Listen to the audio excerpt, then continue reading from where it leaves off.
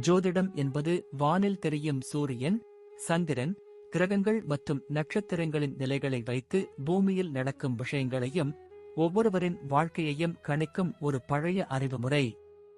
ஒருவரின் பிறந்த நேரத்தை வைத்து உருவாக்கும் ஜாதகத்தை அடிப்படையாக கொண்டு ராசிகள், நட்சத்திரங்கள், கிரகங்கள் மற்றும் பாவங்கள் போன்றவற்றை ஆராய்ந்து பலன்களைச் சொல்கிறார்கள்.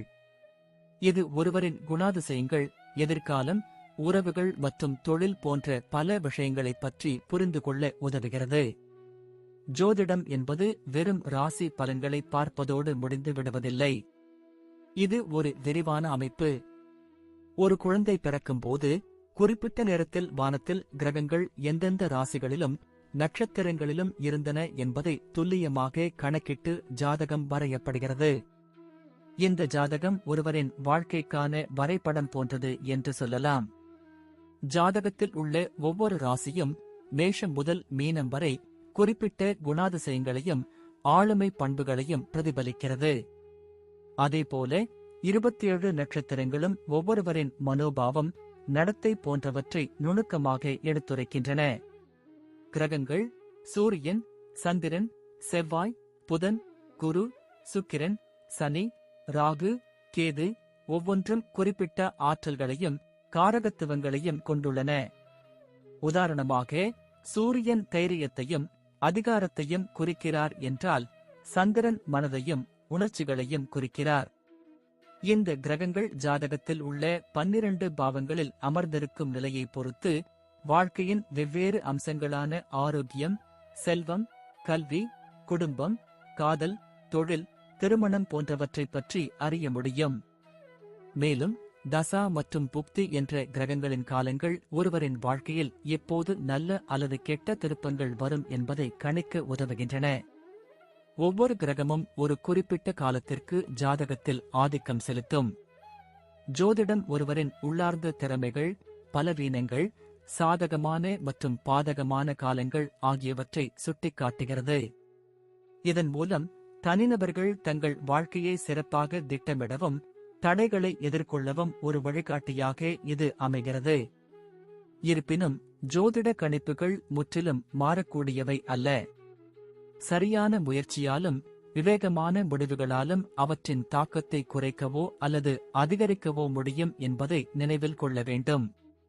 இப்போது 12 ராசிக்காரர்களுக்கு என்னென்ன தனித்துவங்கள் இருக்கிறது என்பதை பற்றி இந்த பதிவில் பார்ப்போம்.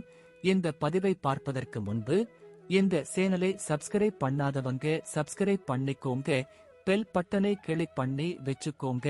அப்பதான் நம்ம போடுற பதிவு உங்களுக்கு உடனுக்குடன் நோட்டிபிகேஷன் வரும். சரி, வாங்க வீடியோக்குள்ள போகலாம்.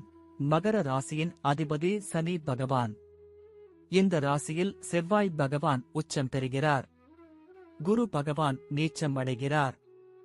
மகர ராசியில் உத்திராடம் நட்சத்திரத்தின் 2, 3, 4 பாதங்கள், திருவோணம் நட்சத்திரத்தின் அனைத்து பாதங்கள் மற்றும் அவிட்டம் நட்சத்திரத்தின் 1, 2 பாதங்கள் ஆகியவை அடங்கியுள்ளன. கால புருஷனின் உடலில் முழங்கால்களை குறிக்கும் இந்த 10வது சர ராசி ஒரு பூமி ராசியாகும். மகர ராசி இரவில் வலிமை பெறுகிறது. உழைப்பு, ஒழுக்கம், பொறுமை மற்றும் விடாமுயற்சியை ஆளும் சனி உங்கள் ராசி அதிபதியாக இருப்பதால் இயற்கையாகவே உங்களுக்குள் ஒரு கட்டுப்பாடு. மகர ராசியில் 3 நட்சத்திர பாதங்கள் அடங்கியுள்ளன. உத்திராடம் 2, 3, 4 பாதங்கள் சோகஸ்மேலி. இந்த நட்சத்திரத்தின் அதிபதி சூரிய பகவான். உத்திராடம் நட்சத்திரத்தின் இந்த பாதங்களில் பிறந்தவர்கள் விடாமுயற்சி, தலைமை பண்பு மற்றும் சமூகத்தில் உயர்ந்த நிலையை அடைய வேண்டும் என்ற எண்ணம் கொண்டிருப்பார்கள். இவர்கள் ஒழுக்கமானவர்களாகவும் இருப்பார்கள். திருவோணம் அனைத்து பாதங்கள் சோகஸ்மேலி. இந்த நட்சத்திரத்தின் அதிபதி சந்திரன் பகவான். திருவோணம் நட்சத்திரத்தில் பிறந்தவர்கள் நல்ல கேட்பத்திறன், அறிவாற்றல் மற்றும் மற்றவர்களின் உணர்வுகளை புரிந்து கொள்ளும் தன்மை கொண்டிருப்பார்கள். இவர்கள் கலைகளில் ஆர்வம் உள்ளவர்களாகவும் இருக்கலாம். அவிட்டம் 1, 2 பாதங்கள் சோகஸ்மேலி. இந்த நட்சத்திரத்தின் அதிபதி செவ்வாய் பகவான். அவிட்டம் நட்சத்திரத்தின் இந்த பாதங்களில் பிறந்தவர்கள் தைரியம், தன்னம்பிக்கை மற்றும் எதையும் சாதிக்கும் மனப்பான்மை கொண்டிருப்பார்கள். இவர்கள் பிடிவாத குணம் கொண்டவர்களாகவும் இருக்கலாம். மகர ராசியில் பிறந்தவர்கள் இயற்கையாகவே மிகவும் பொறுப்பானவர்களாகவும் கடமை உணர்வுள்ளவர்களாகவும் இருப்பார்கள். எந்த ஒரு வேலையையும் மிகவும் கவனமாகவும் திட்டமிட்டும் செய்வீர்கள். உங்களுக்குள் இருக்கும் விடாமுயற்சி எந்த ஒரு கடினமான இலக்கையும் அடைய உதவும். மற்றவர்கள் உங்களை நம்பக்கூடியவர்களாகவும் நம்பகமானவர்களாகவும் கருதுவார்கள். உங்களுக்குள் இருக்கும் லட்சியம் உங்களை எப்போதும் முன்னேற்ற பாதையில் அழைத்துச் செல்லும். உத்திராடம் நட்சத்திரத்தின் தாக்கம் உங்களை அதிகாரமிக்கவராகவும், திருவோணம் நட்சத்திரத்தின் தாக்கம் அறிவாளியாகவும், அவிட்டம் நட்சத்திரத்தின் தாக்கம் துணிச்சல் மிக்கவராகவும் மாற்றும். உங்கள் ராசியின் அதிபதி சனி பகவான் உழைப்பின் காரகன். அதனால் இயற்கையாகவே உங்களுக்கு கடின உழைப்பின் மீது நம்பிக்கை இருக்கும். எந்த ஒரு வெற்றியையும் எளிதில் அடைய முடியாது என்பதை நீங்கள் நன்கு அறிவீர்கள். பொறுமையுடன் ஒவ்வொரு படியாக முன்னேறி உங்கள் இலக்கை அடைவீர்கள். தடைகள் வந்தாலும் அதை தாண்டி முன்னேறும் மனோபலம் உங்களுக்கு உண்டு. மகர ராசியில் பிறந்தவர்களுக்கு வாழ்க்கையில் உயர்ந்த நிலையை அடைய வேண்டும் என்ற லட்சியம் இருக்கும். அதற்காக நீங்கள் கடுமையாக உழைக்கவும் தயாராக இருப்பீர்கள். உங்கள் முன்னேற்றத்திற்கு நீங்களே உந்து சக்தியாக இருப்பீர்கள். எந்த ஒரு வாய்ப்பையும் சரியாக பயன்படுத்தி முன்னேறுவீர்கள். நீங்கள் எதையும் உணர்ச்சிபூர்வமாக அணுகாமல் நடைமுறை ரீதியாக சிந்தித்து செயல்படுவீர்கள். எதிர்காலத்தை பற்றிய தெளிவான திட்டமிடல் உங்களிடம் இருக்கும். வீண் செலவுகளை தவிர்த்து சேமிக்கும் பழக்கம் உங்களுக்கு உண்டு. மகர ராசியில் பிறந்தவர்கள் குடும்பத்தின் மீது அதிக பாசம் கொண்டிருப்பார்கள். உங்கள் குடும்பத்தின் தேவைகளை பூர்த்தி செய்ய நீங்கள் எதையும் செய்ய தயாராக இருப்பீர்கள். உறவுகளுக்கு முக்கியத்துவம் கொடுப்பீர்கள். சில நேரங்களில் உங்கள் கண்டிப்பான அணுகுமுறை மற்றவர்களுக்கு சங்கடத்தை ஏற்படுத்தலாம். மகர ராசிக்கு சனி அதிபதியாக இருப்பதால் அரசு பணிகள், நிர்வாகம், சட்டம், பொறியியல், கட்டுமானம் மற்றும் வணிகம் போன்ற துறைகளில் சிறந்து விளங்க வாய்ப்புள்ளது. உங்கள் கடின உழைப்பும் அர்ப்பணிப்பும் எந்த வேலையிலும் வெற்றி பெற உதவும். நீங்கள் ஒரு சிறந்த நிர்வாகியாகவும் தலைவராகவும் திகழ முடியும். மகர ராசியில் பிறந்தவர்களுக்கு பொருளாதார நிலை பொதுவாக நிலையானதாக இருக்கும். நீங்கள் கடினமாக உழைத்து பணம் சம்பாதிக்கும் திறன் பெற்றிருப்பீர்கள். சேமிக்கும் பழக்கமும் உங்களுக்கு இருக்கும். எதிர்காலத்திற்கான முதலீடுகளை சரியாக செய்வீர்கள். மகர ராசியில் குரு நீச்சம் அடைவதால் சில நேரங்களில் மனச்சோர்வு அல்லது நம்பிக்கை குறைபாடு ஏற்படலாம். நேர்மறையான எண்ணங்களை வளர்த்துக் கொள்வது நல்லது. மற்றவர்களின் ஆலோசனைகளை கேட்கும் மனப்பான்மையை வளர்த்துக் கொள்வது நல்லது. உங்கள் பிடிவாத குணத்தை குறைத்துக் கொள்வதன் மூலம் பல பிரச்சனைகளை தவிர்க்கலாம். மகர ராசிக்காரர்கள் சிவபெருமானை வழிபடுவது மிகவும் நல்லது.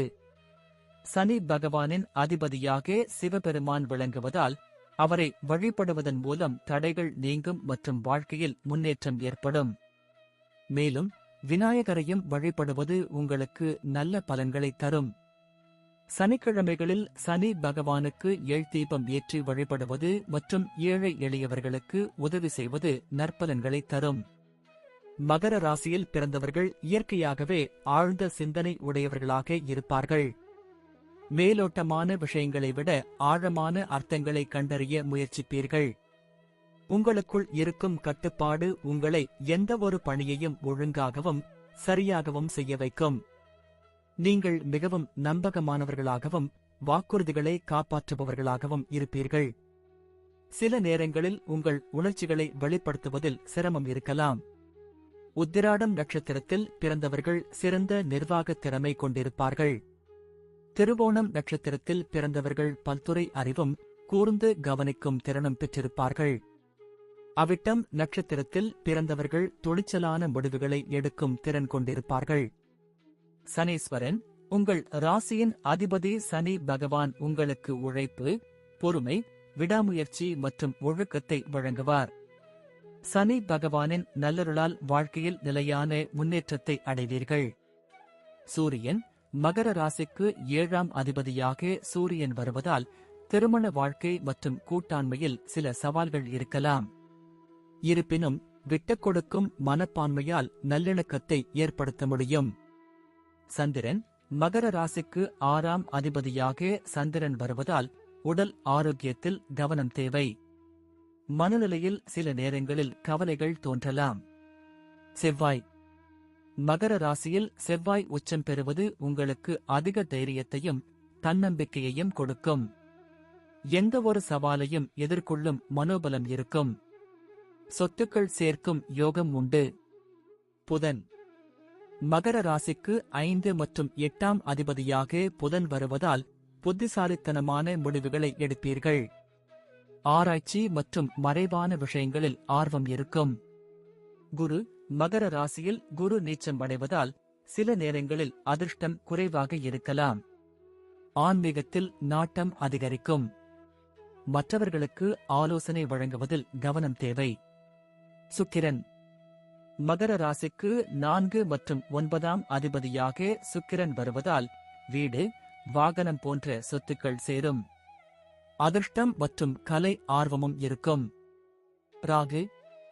ராகு மகர ராசியில் இருந்தால் எதிர்பாராத மாற்றங்கள் மற்றும் குழப்பங்கள் ஏற்படலாம். புதிய தொழில்நுட்பங்களை கற்றுக்கொள்ளும் ஆர்வம் இருக்கும். கேது. கேது மகர ராசியில் இருந்தால் ஆன்மீகத்தில் அதிக நாட்டம் இருக்கும். உலகியல் விஷயங்களில் பற்றற்ற மனப்பான்மை தோன்றலாம். மகர ராசியில் பிறந்தவர்கள் பொதுவாக மிகவும் விசுவாசமான மற்றும் அர்ப்பணிப்புள்ள காதல் வாழ்க்கையை விரும்புவார்கள். உங்கள் துணையிடம் உண்மையாக இருப்பீர்கள் மற்றும் அவர்களின் தேவைகளை பூர்த்தி செய்ய முயற்சிப்பீர்கள். சில நேரங்களில் உங்கள் வேலையின் காரணமாக உறவுகளுக்கு போதுமான நேரம் ஒதுக்க முடியாமல் போகலாம். குடும்ப வாழ்க்கையில் நீங்கள் பொறுப்புள்ளவர்களாக இருப்பீர்கள். குடும்ப உறுப்பினர்களின் மீது அதிக பாசம் வைத்திருப்பீர்கள். மூத்தோர்களை மதிப்பீர்கள் மற்றும் அவர்களின் ஆலோசனைகளை பின்பற்றுவீர்கள். நன்றி. இப்ப நான் சொன்ன அனைத்து விஷயங்களும் பொது பலன் மட்டுமே. உங்களுடைய சுய ஜாதக அடிப்படையில் சில விஷயங்கள் மாறுபட்டு நடப்பதற்கு வாய்ப்புகள் உண்டு. இருந்தாலும் பெரும்பாலான விஷயங்கள் நான் கூறியபடியே உங்க வாழ்க்கையில் நடைபெறும். இந்த வீடியோ உங்களுக்கு பிடித்திருந்தால் நான் அடுத்த பாகம் 2 எடுக்க தயாராக உள்ளேன். பாகம் 2 வேண்டும் என்றால் பாகம் 2 என்று டைப் செய்யவும். பெரும்பாலான நண்பர்கள் பாகம் 2 வேண்டும் என்றால் விரைவில் பாகம் 2 வீடியோ பதிவு செய்கிறேன். இந்த வீடியோ உங்களுக்கு பிடித்திருந்தால் லைக், ஷேர் மற்றும் சப்ஸ்கிரைப் செய்யுங்கள்.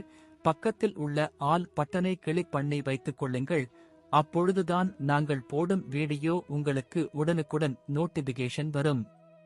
உங்களுடைய எதிர்கால வெற்றிக்கு என்னோட வாழ்த்துக்கள். நன்றி. வாழ்க வளமுடன்.